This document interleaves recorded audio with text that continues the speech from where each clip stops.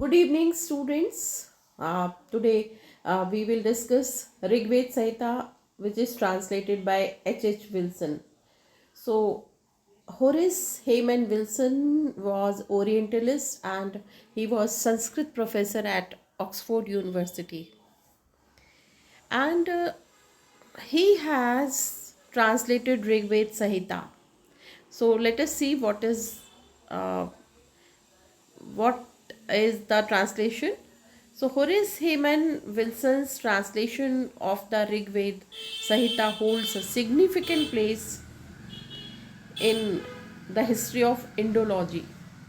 You know that Indology is the study of Indian culture, mythology, right? Religious books and all, history, right?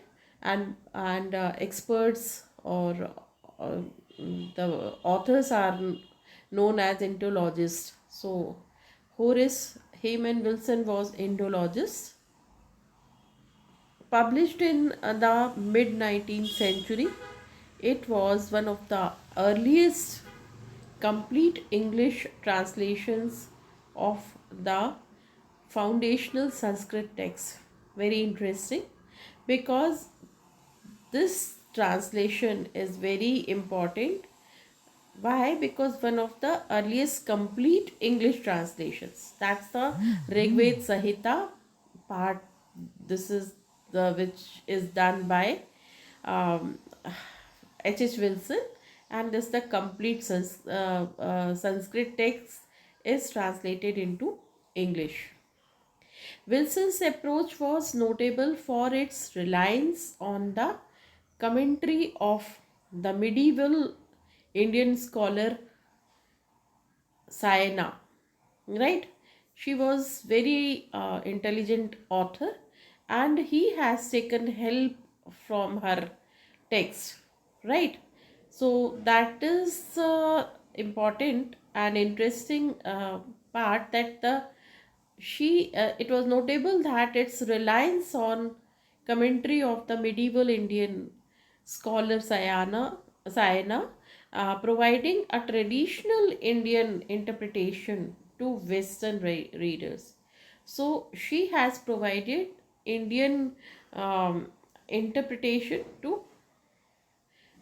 traditional Indian interpretation to Western readers. So here we will see the overview of Rig Veda Sahita, focusing on hymns 1 to 10 as translated by H. Wilson, and the deities Agni, Vayu, Ashwin and Indra. इनको भगवान माना गया है.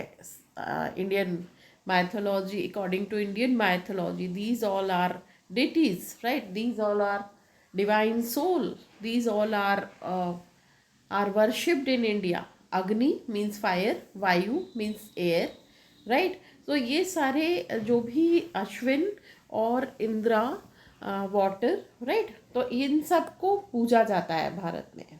So let us see first Rig Veda Sahita translated by H. Wilson. Here complete notes. The Rig Veda Sahita is the oldest known Vedic Sanskrit text.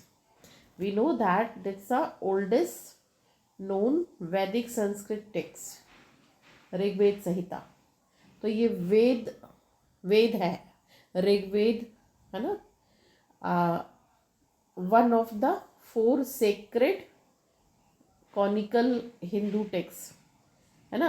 तो 4 sacred conical Hindu text में से ऋग्वेद, अथर्ववेद, यजुर्वेद, सामवेद में one of the Vedas is Rigveda, right. तो what is spoken for Rigveda, and it's all text from Shruti. Shruti means listening. तो कहते हैं कि आकाशवाणी हुई और आकाशवाणी में सुनकर ये कैनन, सीक्रेट कैनन्स या ये नोट्स लिखे गए. So again interesting, and it is collection of 1028, collection of 1028 hymns, suktas, and around 10,600 verses, right? इतने वर्सेस हैं और इतने सूक्ताज हैं, राइट। ऑर्गेनाइज इनटू 10 बुक्स मंडलाज, तो 1800 सूक्त हैं, 10,000 वर्सेस हैं, राइट, और 10 बुक्स है, मंडलाज है।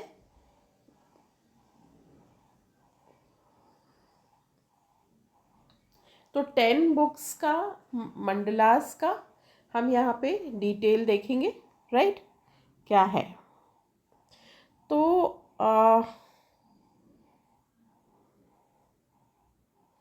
चलिए देखते हैं हम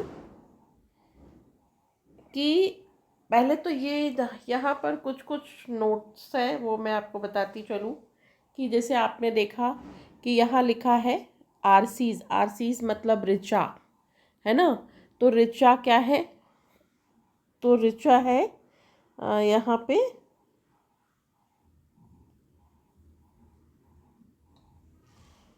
तो ये आरसी का मतलब मैं आपको बता दूँ, ऋचा, और ऋचा मतलब ऋचाज आर वर्सेस और hymns. These verses are the fundamental building blocks of Rigveda. ऋचा या वर्सेस के फॉर्म में इसको ऋचा कहते हैं, ये ध्यान देना आप यहाँ पे कि ये जो आरसी है, ये आरसी, ये ऋचा है, और ऋचा मतलब वर्सेस, राइट। तो कितनी ऋचाएँ हैं, 10,000। ये फाउंडेशनल फंडामेंटल ब्लॉक्स है एक्चुअली, और इसमें लिखी गई है, ठीक है, इनटू 10 बुक्स। और बुक्स को क्या कहा है, मंडलास कहा है। तो ऋग्वेद की 10 बुक्स है ना, 10 मंडल हैं, ठीक है। The hymns are primarily devotional address to his deities.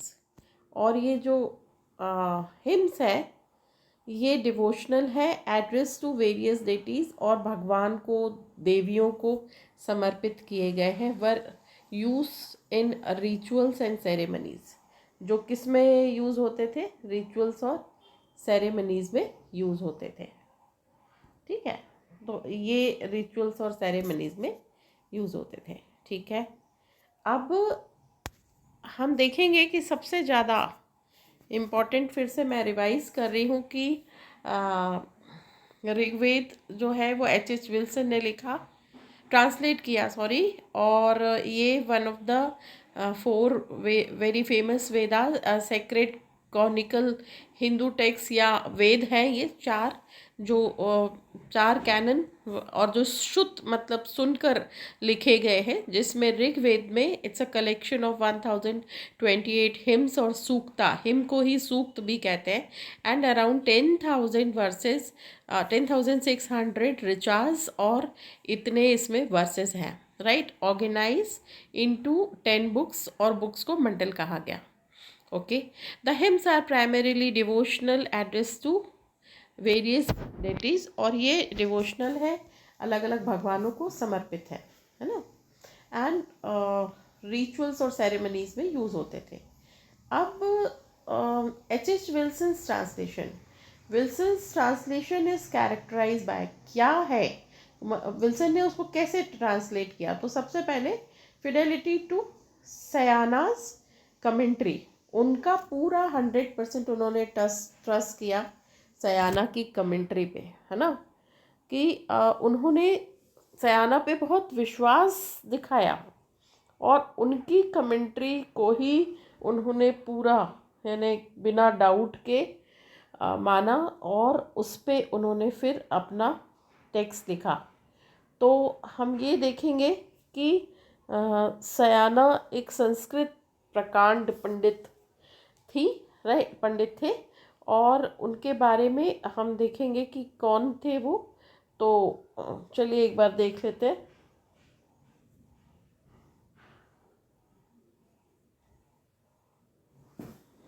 मैं बताती हूँ आपको, एक मिनट। ये सारी चीज़ें हमें साथ के साथ जानना बहुत ज़रूरी है। तो Sayana Sanskrit scholar, right,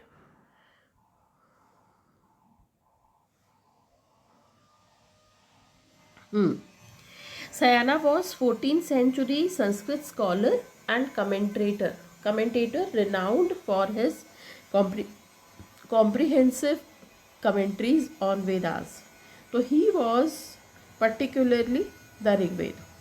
He served as a minister during the Vijayanagar Empire under kings Harihar I and Bukka Raya. Sayana's commentaries are considered foundational for understanding the Vedas and have been extensively referenced by later scholars. Right? उन्होंने खूब इनकी commentary को use किया. 14th century के Sanskrit scholar थे सयाना and renowned comprehensive commentaries इन्होंने वेद के ऊपर किए, ऋग्वेद पे खास तौर पे.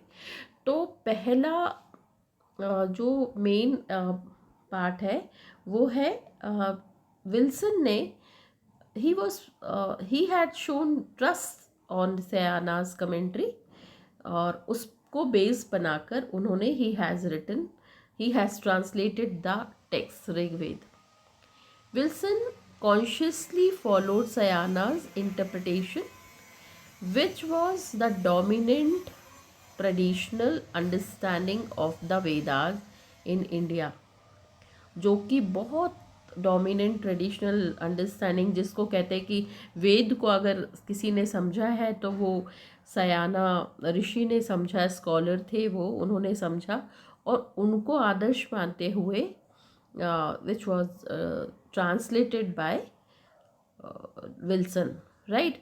This approach provided a valuable insight into how the text was understood within its own cultural context. तो ये जो अप्रोच थी provided a valuable insight, जो एक बहुत ज़रूरी था into how the text was understood within its own cultural context. और ये एक the approach provided a valuable insight, जो बहुत इम्पॉर्टेंट वैल्यूबल इंसाइट हमको उससे मिलती है. How the text was understood with in its own cultural context. तो यहाँ पे हमने देखा कि विल्सन ने कॉन्शियसली सयाना के इंटरप्रिटेशन को फॉलो किया और उनको समझते हुए उन्होंने वेद को लिखा. और इस तरह से उनकी इस अप्रोच से हमें दो चीज़ें हैं, क्योंकि एक तो उन्होंने उनके कमेंट्री पे ट्रस्ट किया और हमें उसके कारण वेद जो इंग्लिश पीपल हैं उनको भी बहुत अच्छे से समझ में आया. Number 2, prose translation.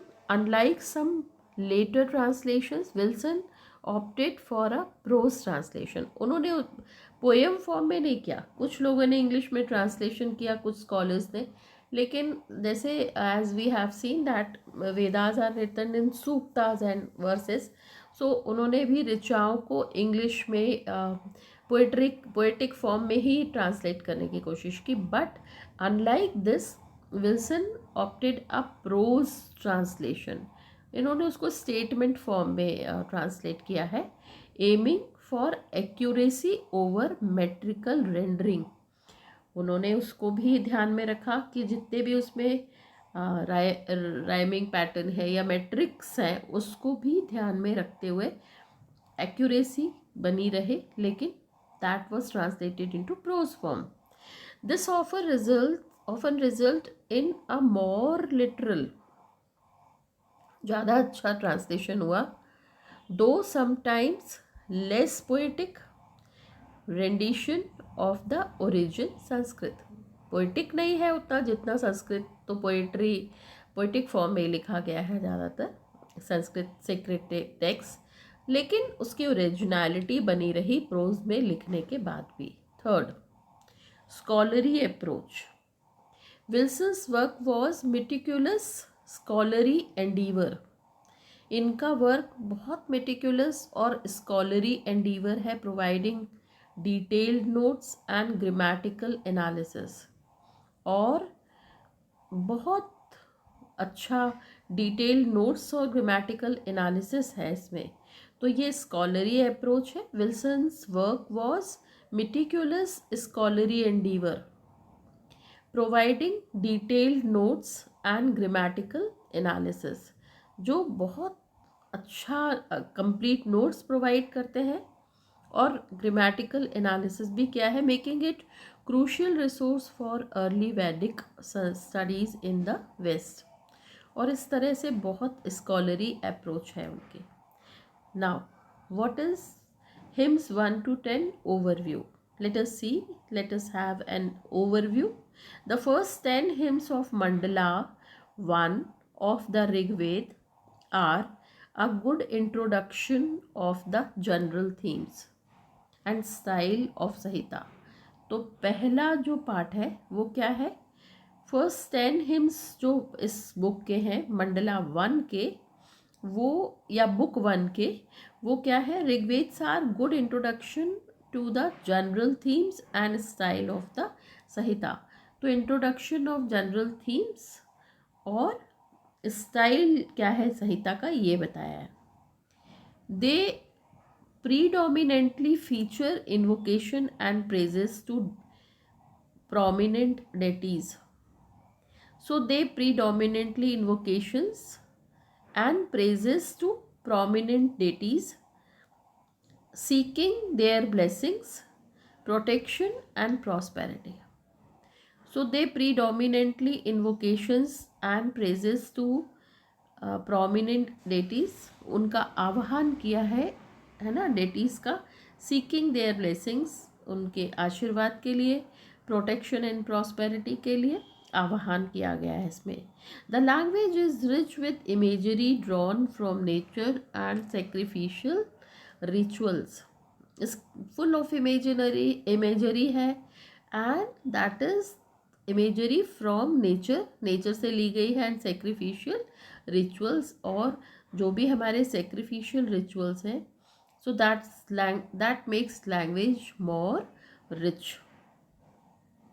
Now themes.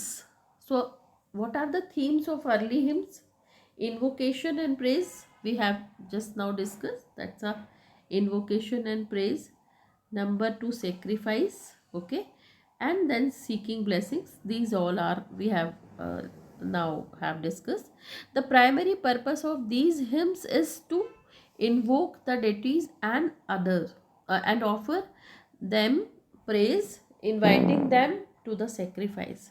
So that first is that these hymns to invoke the deities, right, and offer them praise, inviting them to the sacrifice, और उनको sacrifice के लिए invite करना, right?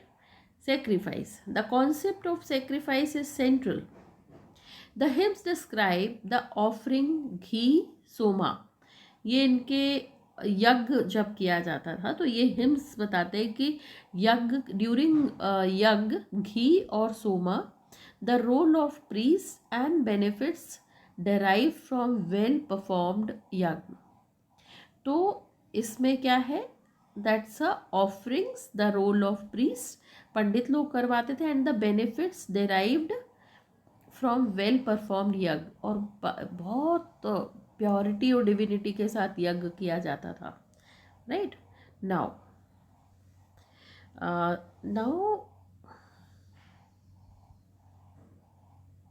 वेट अ मिनट, हाँ, then what is soma? So soma is a sacred drink, a plant and a deity, right, all rolled into one. मतलब वो plant का juice, it's a kind of essence of plant and deity, all rolled into one. Its key elements in Vedic rituals, जो बहुत this is very important, believed to grant grant immortality and divine favor when consumed. So that is dedicated, ninth mandala of Rig Veda is dedicated to Soma, right, highlighting its importance in the religious practices. So it's a kind of drink. Soma is actually primary, it's a sacred drink, intoxicating drink prepared by pressing and straining a plant, right. So that is Rig Veda describe the ritualistic preparation and consumption of soma, often linked with Indra and Agni. So that is a kind of drink, soma. So ghee and soma are used for performing yagna. Number two, seeking blessings. Common requests include wealth, dhan, progeny, praja, right? Cattle, horses, protection from enemies and long life. Blessings के लिए यज्ञ किया जाता था. Common request in which request for धन, wealth, for progeny, प्रजा, सबकी रक्षा हो, right. Then cosmic order. Cosmic order is what? That is cosmic order, right? So that is RTA in Rigveda, right? What is RTA? Refers to a cosmic order or encompassing natural laws, divine law and moral order. It is fundamental concept representing the harmonious function, right? So that is RTA is the natural law that governs the universe, है ना, जो universe को चलाता है, that is RTA, right. So that is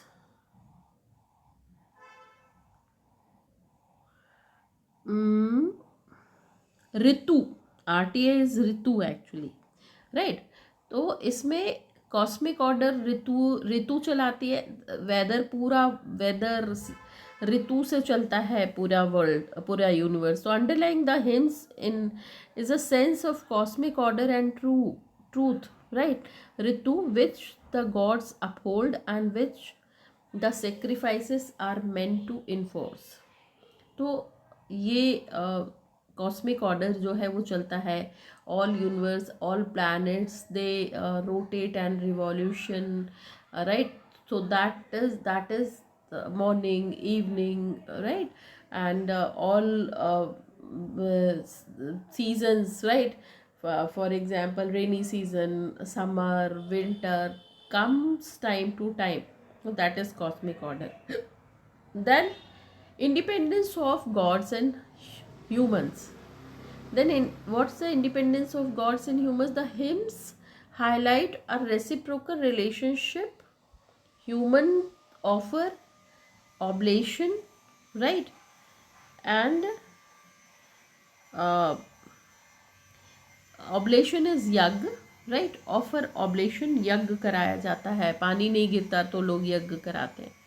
तो that is humans offer oblation to nourish the gods, right? And in return gods grant boons and protection. And it is said that through that divine smoke, divine fire, our prayer goes to God, and in return God helps us boons, and he gods grant boons and protection we receive. This is said in the Vedas. Now, deities in hymns 1 to 10 and beyond. What are they? So that is, we will see that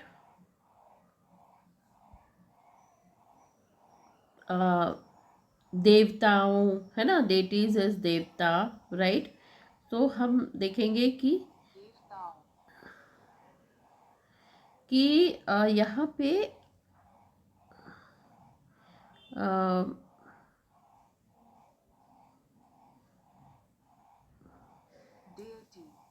है ना. तो अब deity in first deity is Agni, the divine fire. Agni is arguably the most prominent deity in the first few hymns.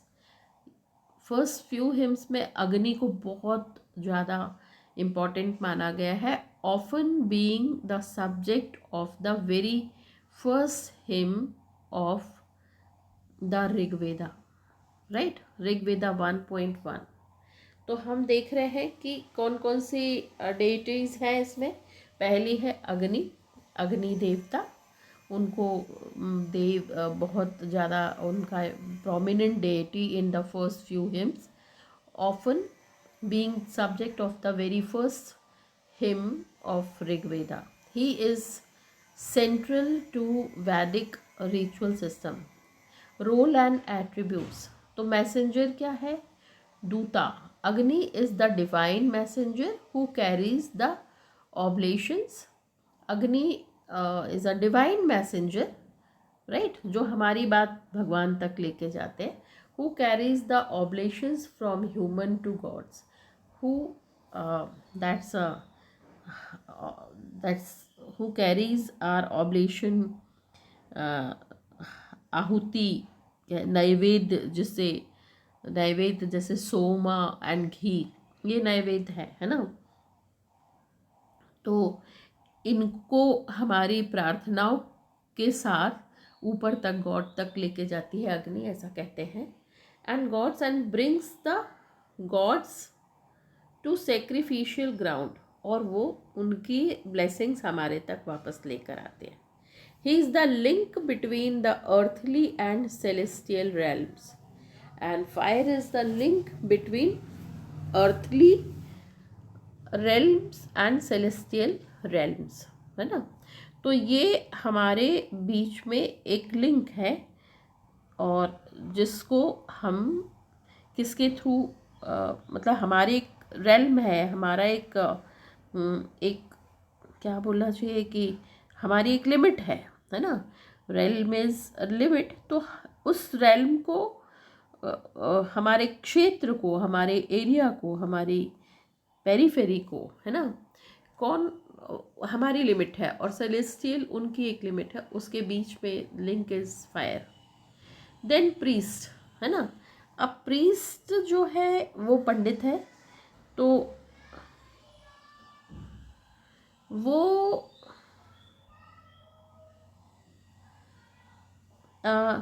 ये क्या है, HOTR, right. तो हम यहाँ पर ये भी देखेंगे कि HOTR. तो in the Rigveda the hotar, right, ये हॉटर है. Hotar is the key priest who recites hymns and invocations primarily from the Rig Veda during Vedic rituals and sacrifices. You must have noticed that Mahint or some of the some Panditjis, they are senior Shankaracharya, है ना. I'm just giving example. So this is the priest who is the Hoter, who is known as Hoter, and he is the key priest. So he is considered the divine priest, knowledgeable in the rituals, right, and the proper way to address the god. उनकी rituals, उनके hymns, उनका pronunciation is very strong, and that during yagna he offers oblations through like naivedya. Oblation is naivedya through ghee and soma and other things, जो आपने देखा होगा मंदिरों में यज्ञ सामग्री, हवन सामग्री जो मिलती है, तो वो जो ऑफर करते हैं उसकी पूरा प्रोनाउंसिएशन, उसका पूरा हिम्स का उच्चारण इज डन बाय होटर, है ना. तो ये जो होटर होते हैं ये पंडित की प्रीस्ट होते हैं, और ये बहुत करेक्ट वो उसके उच्चारण के साथ आहुति दिलवाते हैं, because he is knowledgeable and in rituals उनको पता है कब किसके बाद कैसी पूजा विधि है, and proper way to address the gods. और इसीलिए that's why he is very important in his role. और this is the first 10 hymns में अग्नि का बहुत इम्पॉर्टेंट रोल है, और पंडित का भी बहुत इम्पॉर्टेंट रोल है. Then giver of wealth, he is invoked for wealth, food and prosperity. God जो फायर है वो कौन है? Fire is the invoked for wealth, है ना, फूड एंड प्रॉस्पेरिटी. वह हमको कैसे देती है अग्नि? क्योंकि अग्नि है तो हम फूड बनाते हैं, राइट. प्रॉस्पेरिटी आती है, इतना मंदिरों में प्रसाद चढ़ता है, right. Then protector, Agni protects his devotees from harm. कैसे? Enemies and evil spirits. तो अग्नि है तो हमें हम कितनी सारी ठंड से बचते हैं. बहुत सिंपल एग्जांपल है, ठंड से बचते हैं, है ना. तो अग्नि के फेरे लिए जाते हैं, अग्नि से खाना बनता है, और पता नहीं, ये तो बहुत सिंपल चीज़ें हैं, बट अग्नि protects his devotees from harm, जो हमें बहुत सारे हार्म से बचाती है. अग्नि है, सूरज की गर्मी है, तपिश है, तो वायरस नहीं है, तो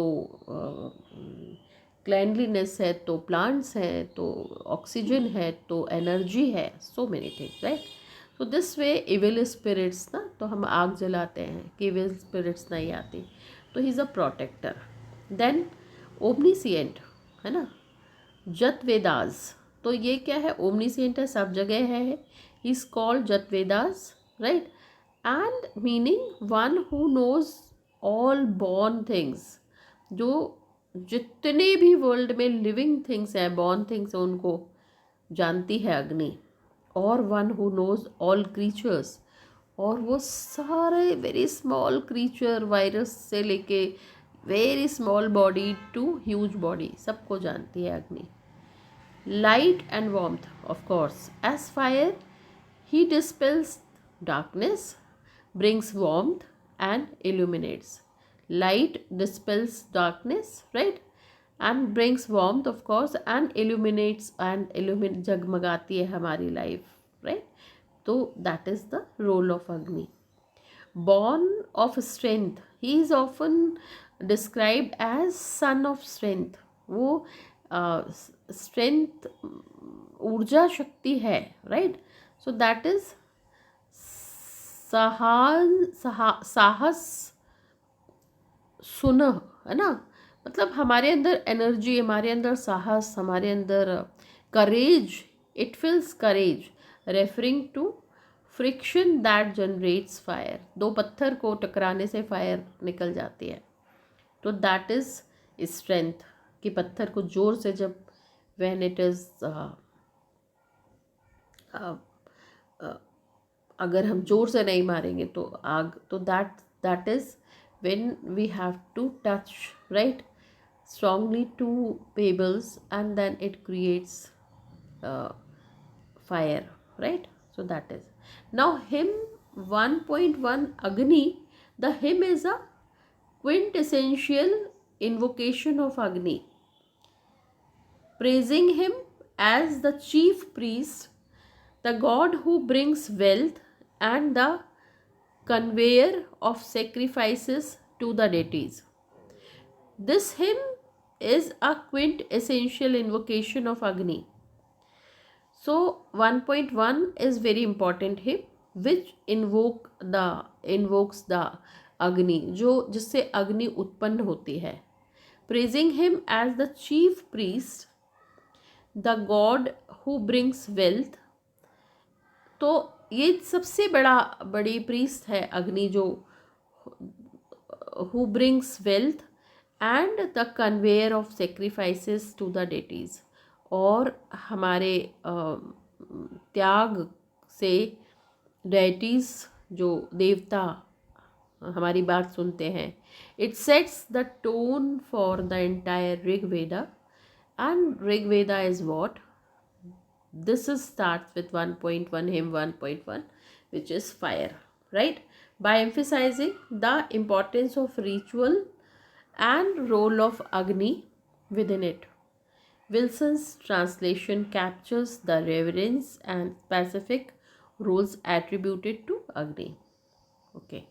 Now number 2, Vayu, the wind god. Vayu, also known as Pavan or Vat, right? Vayu is a god of wind and air. Vayu is god of wind or air.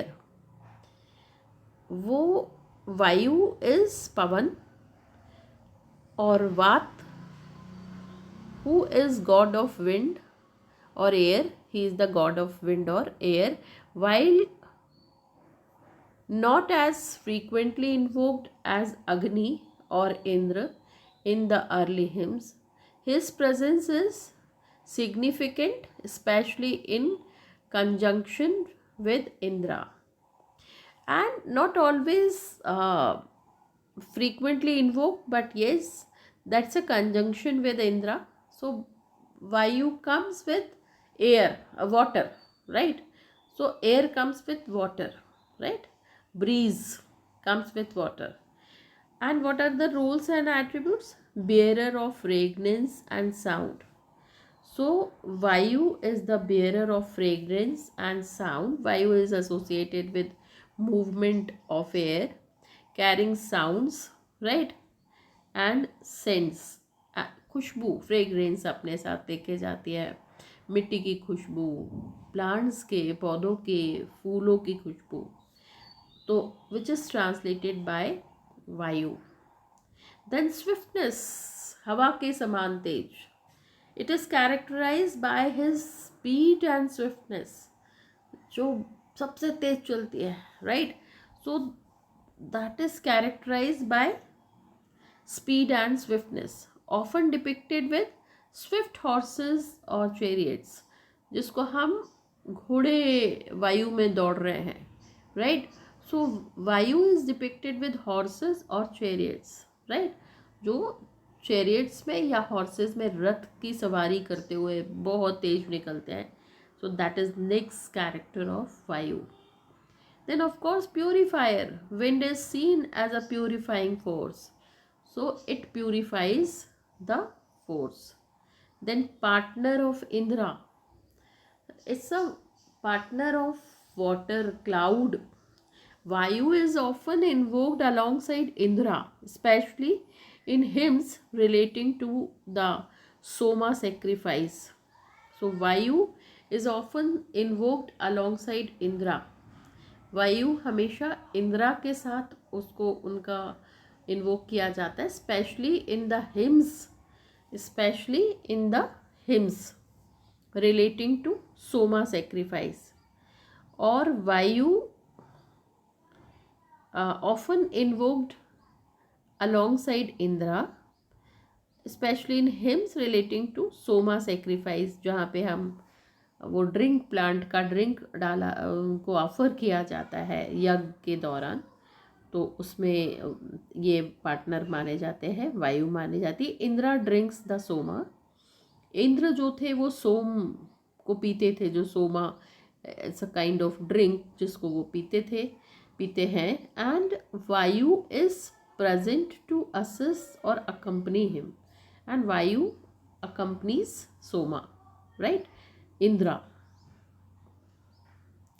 Life breathe. Vayu is also associated with breathe of life. Pran. Our pran is Vayu. Without Vayu, we will suffocate and die.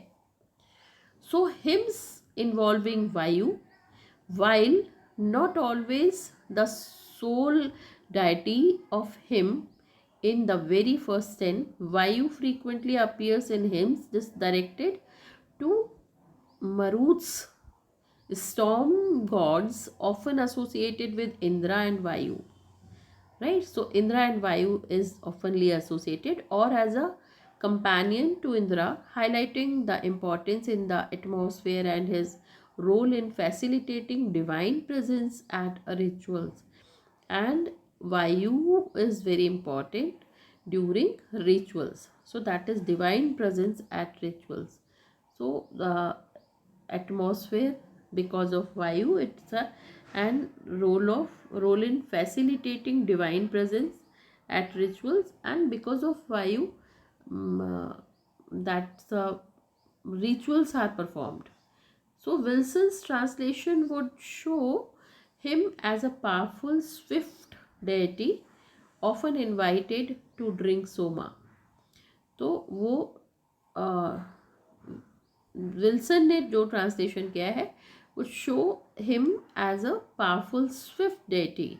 वो बहुत powerful और swift deity, देवता हैं, जो often invited to drink Soma, right? Now third is Ashwin, the divine horsemen or healers. Ashwin is next, that is next deity. The Ashwin, also known as Nasatya, right? Nasatya, Nasatya, Satyas, Nasat is ghoda, Ashwin, are the pair of twin deities often associated with dawn, light and healing, right? So that is early morning. Dawn is early morning. So then Ashwin is also known as Nasatya, right? So Nasatyas or pair of twin deities often associated with dawn, light and healing. So then morning, dawn is the beautiful time, is a symbol, first light on the earth, right? And then definitely when light comes, then dark dispels. So that is the symbol of healing.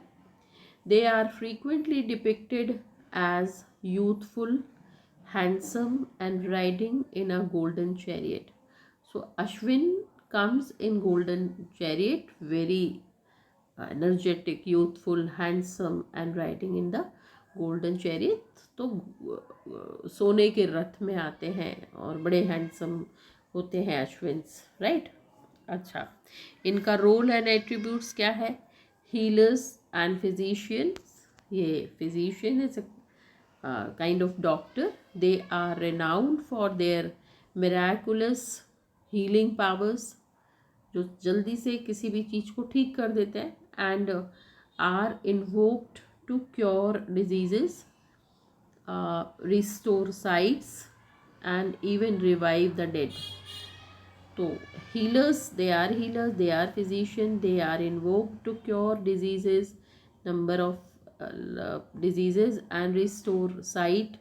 अगर कभी आँखें की रोशनी चली गई तो उसको पूरी करने के लिए हम अश्विन को इन्वोक करते हैं. And even revive the dead, कभी कभी डेड को, मृत को जिंदा करने के लिए. They are the physicians of the gods. ये गॉड्स के फिजिशियन होते हैं अश्विन, घोड़े, है ना, हीलर्स.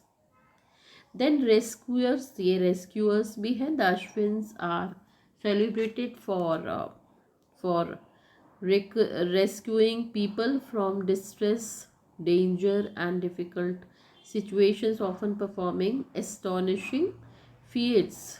तो अश्विन क्या है? Celebrated for rescuing people from distress, जो हमें डिस्ट्रेस से बाहर निकालते हैं, डेंजर से बाहर निकालते हैं, डिफ़िकल्ट सिचुएशन से बाहर लेकर आते हैं. ऑफन परफॉर्मिंग एस्टॉनिशिंग फीट्स, है ना. और जो हमें ज़्यादातर, जो हमारे क्या बोलना चाहिए कि बहुत ऐसे साहसिक कार्य में, एस्टॉनिशिंग वंडरफुल फीट्स, ऐसे कमाल, ऐसे कामों में हमें उससे बाहर लेके आते हैं, मदद करते हैं. तो ये रोल, ये रेस्क्यूअर्स भी होते हैं. फिर bringer of light, of course they are closely linked with don.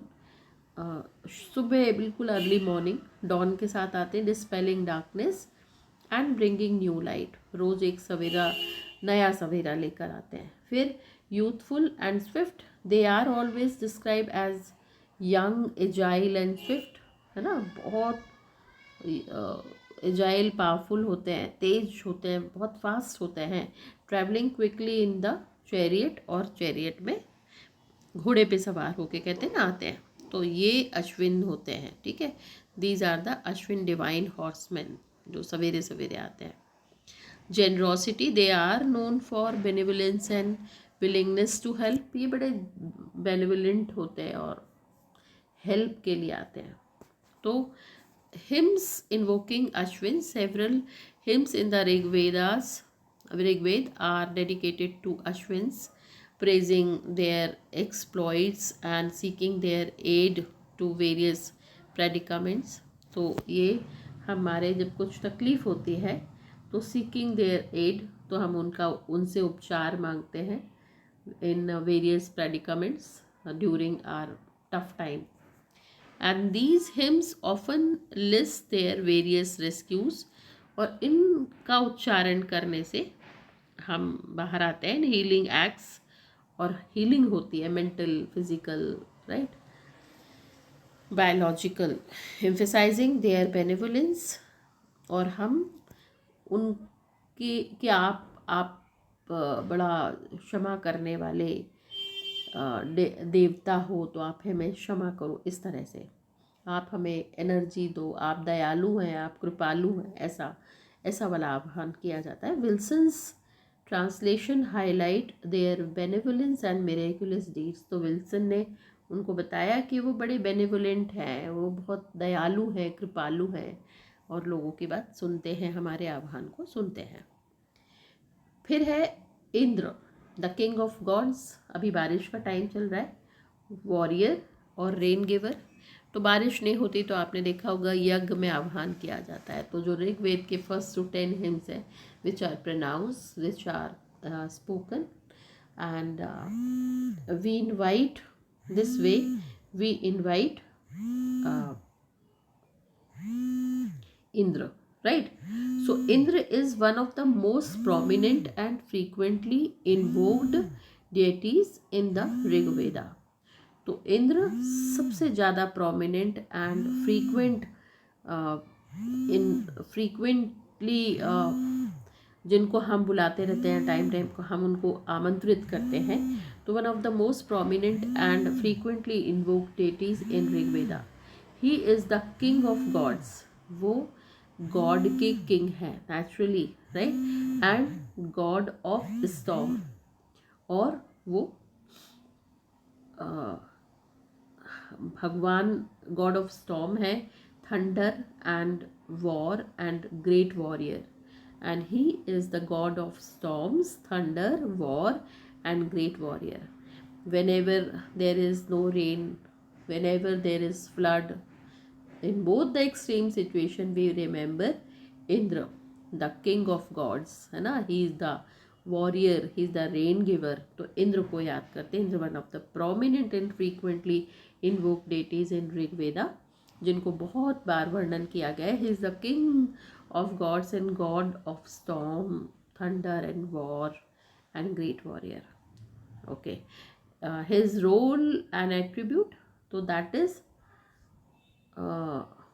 वृत्रहा, slayer और वृत, राइट। क्या है स्लेयर और Vritra? His most famous exploit is slaying the demon with. तो ये क्या करते हैं, ये किसका slay means what we can say that, कि ये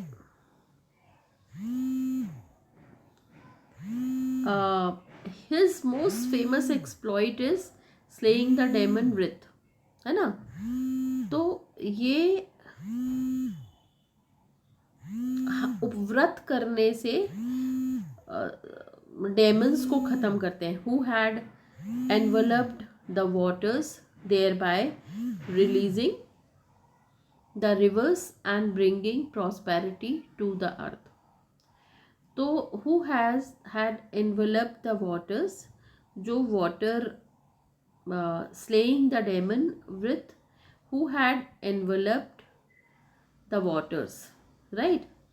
तो ये जो इनका रोल है वो है दुश्मनों को या राक्षस प्रवृत्ति को ख़त्म करना, राइट, और वाटर में एनवलप होकर, there bye releasing the rivers and bringing prosperity to the earth. और ये नदियों को, रिवर्स को बहने देते हैं। And this act is often interpreted metaphorically as overcoming chaos and bringing order. तो ये सब बिगड़े हुए कार्यों को सुधारते हैं, है ना। तो ये स्लेयर ऑफ व्रत मतलब कि जहाँ भी बाधा विघ्न पैदा होती है असुरों या राक्षसों के द्वारा या इविल सोल्स के द्वारा, तो ये उनका वध करते हैं। They are slayer of Vritra. Okay, then leader of Maruts, he is often associated with Maruts, the storm god Maruti Nandan, है ना, तो मारुत उससे याद रखिए, storm god who accompany him, जो उनके साथ, तो is the leader of Maruts, right, तो वो उनके साथ आते हैं। फिर soma drinker, Indra is a great consumer of soma, और इंद्र सोम रस को पीते हैं, which strengthens him for his heroic deeds, जो उनको साहसिक कार्य करने में मदद करती है। फिर bestower of victory, he is invoked by warriors for victory in battle, तो ये क्या करते हैं, he is invoked by warriors for victory in battle, और ये हमें किसी भी लड़ाई में, बैटल में, they are very helpful to win, right, so invoked by warriors for victory in battle. Then giver of rain, by slaying wrath and releasing the waters, he is also the giver of rain and fertility, and they what we can say, that release water and give not only water but gives rain and fertility, and destroyer of fortresses, what is that, is Purandra. He is praised for destroying strongholds of enemies, मतलब evil souls को ख़त्म करते हैं ये, right? Hymns involving Indra. Many hymns in the Rig Veda are dedicated to Indra, और बहुत सारे hymns जो है वो इंद्र के लिए लिखे गए, celebrating his strength, courage and his role as the protector and benefactor of humans, है ना, जो क्या करते हैं, हमें स्ट्रेंथ देते हैं, करेज देते हैं और प्रोटेक्ट करते हैं, है ना, और बेनिफेक्टर है हमारे लिए। तो विल्सन्स ट्रांसलेशन कन्वे इंद्राज इमेंस पावर, हिज थंडरबोल्ट वज्र, है ना, and his pivotal role in maintaining cosmic order and providing sustenance, right, तो ये इनका बहुत मेजर रोल है। Indrani, concert of Indira, Indra and Indrani, while Indra is major deity, his consort Indrani, who also known as Shachi, is less frequently invoked, ज़्यादा उनका वर्णन नहीं है, independently in Rigveda Sahita compared to her husband. When mentioned, she is prominently associated with Indra. Of course, she is associated with Indra and embodies feminine power and fertility.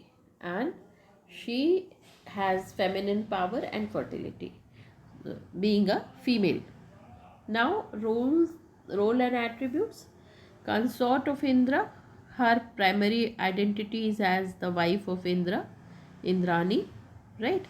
So that is Indra. Number 2, beauty and strength. She is often praised for her beauty, Indrani, and is seen as a strong and powerful goddess in her own right, complementing Indraj might, है ना, तो वो उनका goddess of her own right, वो अपने एक देवी हैं।